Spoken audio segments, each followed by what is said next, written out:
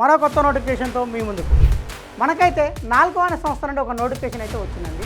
ఏంటి ఆ నోటిఫికేషన్ అంటే, నాల్కో అనే సంస్థలో నాన్ ఎగ్జిక్యూటివ్ పోస్టులైన ఆపరేటరు, జూనియర్ ఫోర్మ్యాన్, టెక్నీషియన్ వంటి పలు రకాల పోస్టులు అయితే ఖాళీగా ఉన్నాయి. ఈ ఖాళీలను భర్తీ చేయాలనే ఉద్దేశంతో ఈ నోటిఫికేషన్ అయితే విడుదల చేయడం జరిగింది. మరి ఈ నోటిఫికేషన్కి సంబంధించి మొత్తం ఎన్ని ఖాళీలు ఉన్నాయి, ఈ ఖాళీలకు సంబంధించి అప్లికేషన్స్ ఎప్పటి నుంచి ప్రారంభమవుతుంది, ఎవరెవరు అర్హులు, ఏజ్ ఎంత ఉండాలా, ఫీజు ఎంత ఉంటుంది, ఎంపిక ఎలా జరుగుతుంది, దీనికి సంబంధించిన పూర్తి సమాచారాన్ని మన వీడియోలో తెలుసుకుందాం. Hi, hello, welcome to T1 academy. నేను మీ ఆజాద్.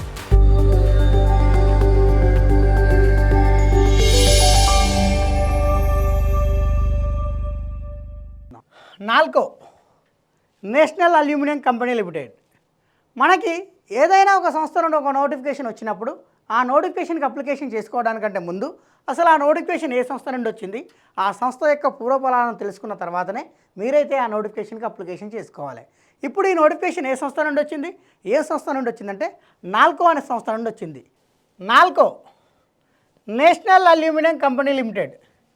ఇది ఎప్పుడు ఏర్పడింది, ఎందుకు ఏర్పడిందో ఇప్పుడు తెలియాలి. ఇది ఎప్పుడు ఏర్పడిందో తెలియడానికంటే ముందు దీని ఏర్పాటుకి గల దారితీసిన పరిస్థితులు ఏంటో తెలుసుకుందాం. సుమారు 1970వ దశకంలో భారతదేశం అల్యూమినియం దిగుమతులపై ఆధారపడి ఉండేదన్నమాట. అంటే మన భారతదేశంలో అల్యూమినియం ఉత్పత్తి లేదు. అల్యూమినియానికి సంబంధించిన ఏదైతే బాక్సెట్లు ఉన్నాయో ఆ బాక్సెట్లన్నీ కూడా మనం విదేశాల నుండి దిగుమతి చేసుకునేటోళ్ళం. సుమారు ఇదే సమయంలో అంటే 1970వ దశకంలోనే ఏమైందంటే, మన జియాలజికల్ సర్వే ఆఫ్ ఇండియా శాస్త్రవేత్తలు ఎవరైతే ఉన్నారో వాళ్ళు ఏం చేశారంటే, భారతదేశంలోని తూర్పు తీర ప్రాంతాలు ఏవైతే ఉన్నాయో, ఉదాహరణకి ఆంధ్రప్రదేశ్ కావచ్చు, ఒడిశా కావచ్చు, ఈ రెండు రాష్ట్రాల్లో ఏం చేశారంటే అల్యూమినియం బాక్సెట్ నిల్వలు ఉన్నట్టుగా గుర్తించారు. అవి కూడా ఎలాంటి నిల్వలు అంటే, ప్రపంచంలోనే అత్యంత ఖరీదైన అల్యూమినియం నిల్వలు ఎక్కడైనా ఉన్నాయంటే అది ఒడిశాలోని పంచపత్మాలు అనే ప్రదేశంలో మాత్రమే ఉన్నాయని చెప్పేసి ఈ జియోలాజికల్ సర్వే ఆఫ్ ఇండియా శాస్త్రవేత్తలు గుర్తించారు. ఈ విషయాన్ని తెలుసుకున్న భారత ప్రభుత్వం ఏం చేసిందంటే, మనం అల్యూమినియానికి సంబంధించిన బాక్సెట్ నిల్వలు ఏవైతే ఉన్నాయో వాటిని విదేశాల నుండి దిగుమతి చేసుకునేది ఎందుకు, డైరెక్ట్గా మన అల్యూమినియం ప్రాజెక్టుని ఒక చేపడదామని చెప్పేసి ఆలోచన చేసింది. ఆలోచన అయితే చేయడం అయితే చేసింది, కానీ ఇది సొంతంగా చేయలేకపోతుంది. దీనికంటూ ఎవరైనా ఒకరు సహకారం కావాలని చెప్పేసి భారత ప్రభుత్వం ఆలోచన చేస్తుండగా, అదే సమయంలోని 1980లో ఫ్రాన్స్లోని పెషిన్ అనే ఒక అల్యూమినియం కంపెనీ ఉంది. ఈ కంపెనీ దగ్గరికి వెళ్ళి, మా భారతదేశంలో అల్యూమినియం నిల్వలు ఉన్నాయి, వీటిని నిర్వహించడం కోసం మాకు ఒక ప్రాజెక్ట్ కావాలి, ఈ ప్రాజెక్టు మేము చేయాలనుకుంటున్నాం, మీ సహకారం మాకు కావాలని చెప్పేసి ఈ ఫ్రాన్స్లోని ఆ పెషిన్ ఏదైతే సంస్థ ఉందో ఆ సంస్థతోటి మన యొక్క గోడును విన్నవించింది. మన గోడు విన్న ఈ పెషిన్ సంస్థ ఏం చేసిందంటే, నేను మీకు సహకారం అందిస్తానని చెప్పేసి మన భారత ప్రభుత్వంతో ఒప్పందం చేసుకుంది. భారత ప్రభుత్వంతో ఒప్పందం చేసుకున్న ఈ పెషిన్ సంస్థ ఈ రెండు కలిసి భారతదేశంలోనే అల్యూమినియం బాక్సైట్ ఏదైతే ఉందో దాన్ని తయారు చేయడం కోసం ఒప్పందాన్ని అయితే కూర్చుకుంది. మరి ఈ ఒప్పందం కూర్చుకుంది. మరి ఈ నిర్వహణ కోసం ఒక సంస్థ మనకు కావాలా వద్దా? ఖచ్చితంగా కావాలి. కాబట్టి దీనికంటూ ఒక ప్రత్యేక ప్రభుత్వ రంగ సంస్థ కావాలనే ఉద్దేశంతో అప్పటి భారత ప్రభుత్వం ఏం చేసిందంటే, 1981 జనవరి 7వ తారీఖు నాడు ఈ నాల్కో అనే సంస్థను అయితే ఏర్పాటు చేయడం జరిగింది.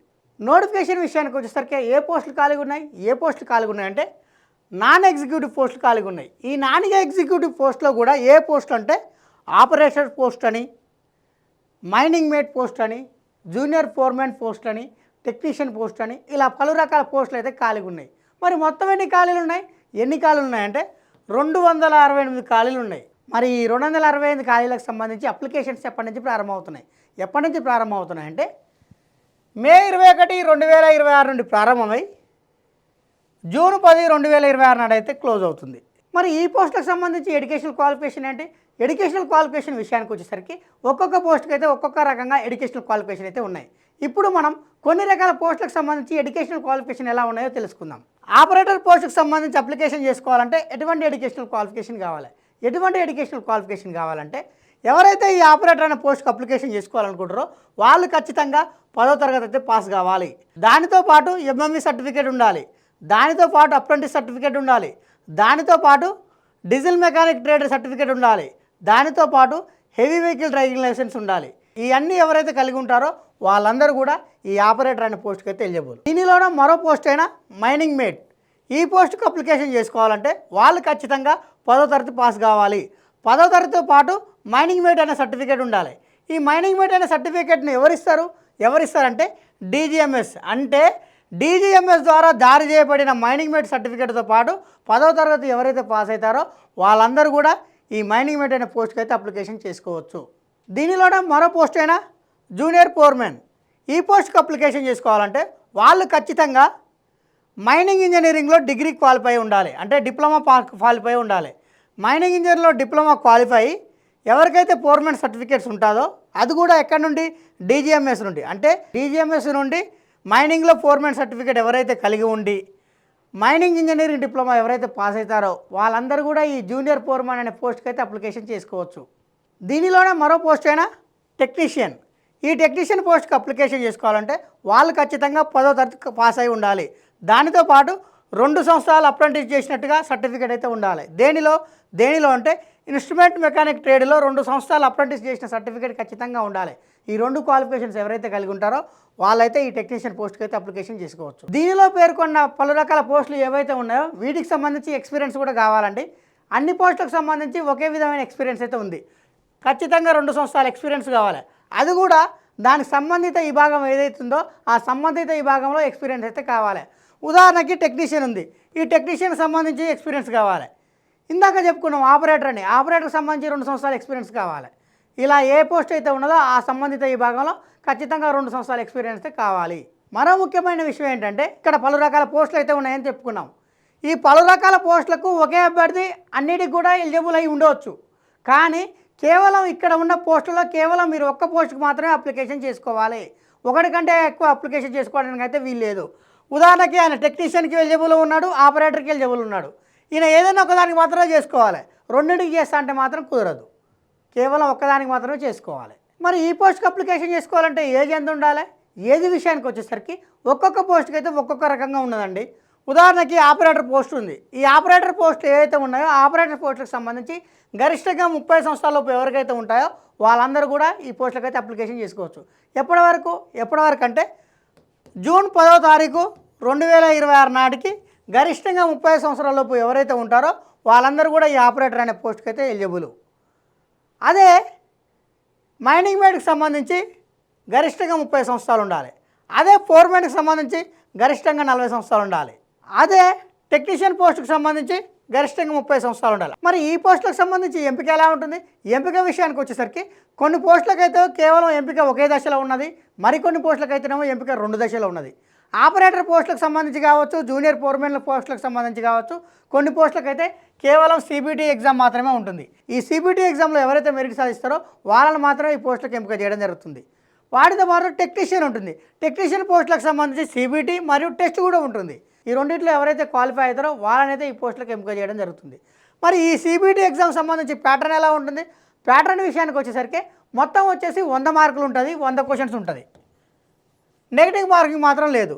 మరి దీనికి సంబంధించి కేటాయించిన సమయం ఎంత అంటే 120 నిమిషాలు అయితే కేటాయించారు.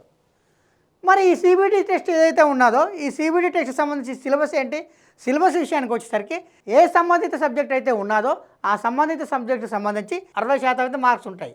మిగతా 40% వచ్చేసి జనరల్ నాలెడ్జ్ అండి. అంటే 40% ఏమో జనరల్ నాలెడ్జ్ కేటాయించారు, మిగతా 60% ఏమో వాళ్ళ సబ్జెక్ట్ సంబంధించి కేటాయించారు. మరి ఈ సిబిటి ఎగ్జామ్ అనేది ఏ లాంగ్వేజ్లో ఉంటుంది? ఏ లాంగ్వేజ్లో ఉంటుంది అంటే 2 లాంగ్వేజ్ల్లో ఉంటుంది. ఇటు హిందీలోనూ ఉంటుంది, ఇంగ్లీష్లోనూ ఉంటుంది. మరి ఈ పోస్టులకు సంబంధించి అప్లికేషన్ ఫీజు ఎంత? అప్లికేషన్ ఫీజు విషయానికి వచ్చేసరికి జనరల్ వాళ్ళకు, ఓబీసీ వాళ్ళకు, ఈడబ్ల్యూఎస్ వాళ్ళకు వచ్చేసేమో 100 రూపాయల ఫీజు అయితే ఉన్నదండి. అదే ఎస్సీ వాళ్ళకు, ఎస్టీ వాళ్ళకు, physical handicapped ex service men ఎవరైతే ఉన్నారో వాళ్ళకైతే ఫీజు లేదండి. మరి ఈ పోస్టులకు సంబంధించి ఎగ్జామ్ అనేది సిబిటి ఎగ్జామ్ అని చెప్పుకున్నాం. మరి ఈ సిబిటి ఎగ్జామ్ సంబంధించి ఎగ్జామినేషన్ సెంటర్స్ ఎక్కడెక్కడ ఇచ్చాడంటే ఆంధ్రప్రదేశ్లోను, అస్సాంలోను, మహారాష్ట్రలోను, ఢిల్లీలోను, ఒడిశాలోను, తమిళనాడులోను, వెస్ట్ బెంగాల్లోను. అంటే కేవలం 7 రాష్ట్రాల్లో మాత్రమే ఎగ్జామినేషన్ సెంటర్స్ అయితే ఇవ్వడం జరిగింది. మన తెలంగాణకైతే ఎగ్జామినేషన్ సెంటర్ ఇవ్వలేదు. మన తెలంగాణ వాళ్ళు మనకు దగ్గరైన ఆంధ్రప్రదేశ్కి అయితే ఎగ్జామినేషన్ సెంటర్గా పెట్టుకొని మీరైతే ఈ పోస్టులకు అయితే అప్లికేషన్ చేసుకోగలరు. అది కూడా ఆంధ్రప్రదేశ్లో ఏ సిటీకి ఇచ్చాడు ఎగ్జామినేషన్ సెంటర్? ఏ సిటీకి ఇచ్చాడంటే విశాఖపట్నానికి ఇచ్చాడు. మరి ఈ పోస్టుకి ఎంపికైన వాళ్ళకి జీతం ఎంత ఉంటుంది?